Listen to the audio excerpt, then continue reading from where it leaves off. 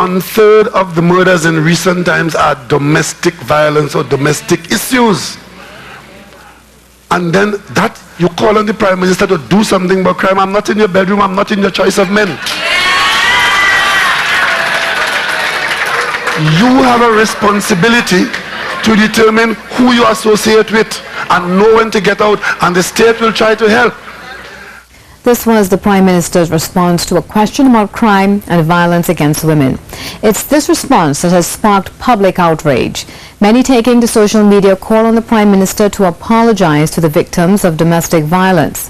The question came up last evening during the first of his conversations, a series of town hall meetings meant to give the people a chance to engage with the Prime Minister and his cabinet. Dr. Rowley said protection orders have been put in place to deal with cases of domestic violence.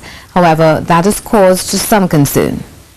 The role of the police in preventing that, or should I say the state. You know what the state did? These domestic issues usually start or ending with women in difficulty in relationships. And the state intervened and put something called protection order in place to deal with women and their men. That and all is creating a basis for violent crime. Among those taking to social media today was opposition Senator Khadija Amin, who said the statement was a devaluing act, and in his words, he discounted the abusive maltreatment against women, making them responsible for the horrors being committed against them. The Single Fathers Association also expressed its surprise by the statement. The group's president, Rondell Fields, said domestic crime is the direct result of people suffering from a lack of emotional intelligence.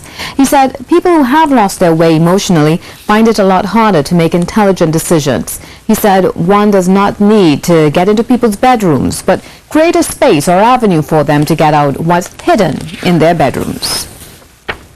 To address some of these concerns, we're joined now by the head of the Institute of Gender and Development at the University of the West Indies, Dr. Gabriel Hussain. Dr. Hussain, thank you for joining us. Having me. Good night to everyone. Now, what are your initial thoughts against the Prime Minister's comments? I think this is a good time to reinforce the message that women don't have responsibility for male violence, that men's enactment of violence is entirely their choice in situations in which they're exercising control. And I think the women in the country and many concerned men really want it to be very clear that responsibility for male violence is not women's. I do want to say also that it's important for us to realize that women do not get into relationships with men who are abusive, that abuse develops over the course of relationships over many different issues, so that we have to really be clear that women are usually not experiencing violence initially when they begin to have children, when they establish lives, when they get married, and so on, to men who go on to be abusive. And finally, the fact is that it is often women's refusal, not in fact their choosing of men, that provokes violence. Now, do we have a culture that is hostile to victims of domestic violence? I don't think that we should take a cultural analysis or either an individual analysis. I think we have to see violence against women as a public health issue and as a societal issue that is reflected in women's greater vulnerability to violence, whether on the street, in workplaces, in homes, or as adolescents. Intimate partner violence is only one kind of violence that is experienced by women by the thousands every year.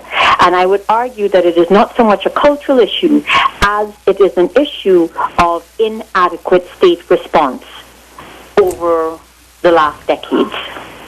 Now, how would you have suggested the Prime Minister responded to the question about gender-related violence?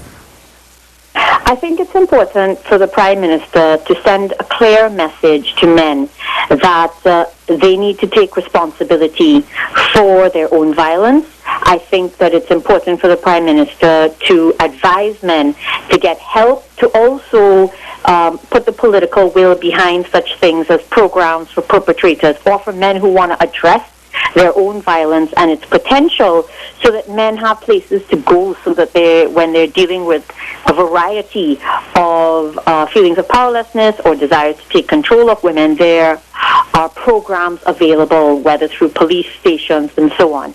I do think that it's important to not say things like I'm not in your bedroom, because women have never wanted state officials in our bedrooms. We do need them to back necessary programs with political will.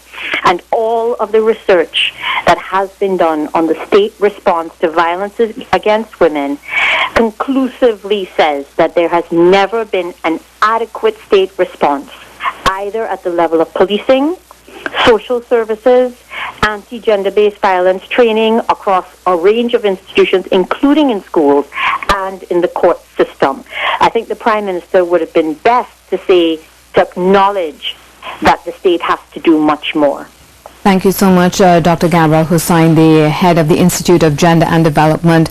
They're answering some questions we had concerning Dr. Rowley's statements concerning domestic violence. This raises how the UNC chairman described Prime Minister Dr. Keith Rowley's statement at the Conversation with the People meeting in Manonie on Monday night. Dr. Lee was speaking to C News via the telephone. We condemn that statement. As chairman of the party, we really condemn that, and it really is, in my view, a disgrace to make that kind of statement in that forum. The UNC chairman said citizens are looking for solutions to the crime problem. The solution, and I don't know if that is the solution. I don't know if that is the solution the Prime Minister is coming up after 17 months in government. Is that the best solution that he could come up with? People. I mean, it is very disingenuous in the place to make that kind of remark. The Attorney General, Faris Al-Rawi, doesn't believe Prime Minister Dr. Keith Rowley's statements regarding the men some women choose to be with were crass, and he says nor can they be considered as victim shaming. The Attorney General was speaking on Tuesday to the media. Charlene Lewis reports. General Faris Al-Rawi says a statement made by the Prime Minister that has some persons in fear was taken out of context. I don't think it was crass at all, because it was said in the context of the explanation. We in public life are quite accustomed to 10-second bites.